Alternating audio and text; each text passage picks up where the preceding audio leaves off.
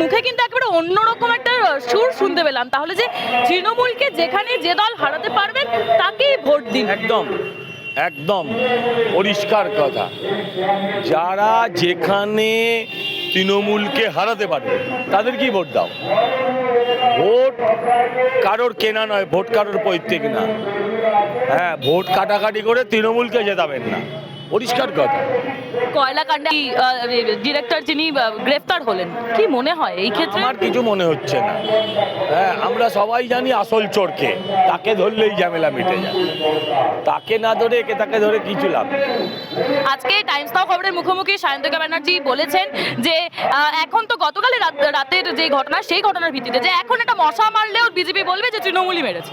তাহলে মশা না মারলেই হয়, এখন স্প্রে করে দিই। তো আবল তাবল পাগলের কথার কোনো উত্তর দিতে পারবো না। এই ভুলভাল কথার কোনো উত্তর হয় না।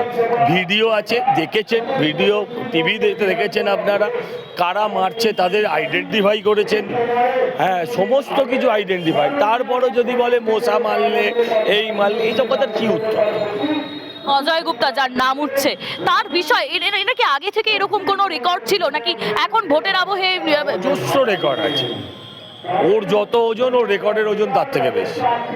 আচ্ছা দাদা, বরাহনগরে এই যে বারবার ভোটের মুখে এতবার যে যা যা অশান্তির খবর উঠে আসছে, এবার কি একটু বেশি মানে বিজেপি কর্মী বা বিজেপি নেতাদেরকে একটু বেশি বাধা দেওয়া হচ্ছে? বেশি বেশি বাধা দেওয়া হচ্ছে, বেশি বাধার মুখে পড়ছে? না না, এবারে কম পাচ্ছি, আগের বার আরো বেশি ছিল, আগের বার আরো বেশি চেয়েছি। সব মিলিয়ে কি মনে হচ্ছে এবারে কি হবে? জিতবো, 20,000-এর বেশি ভোটে জিতবো। আপনার বরানগরেও অন্তত 25টা স্কুল বন্ধ হয়েছে।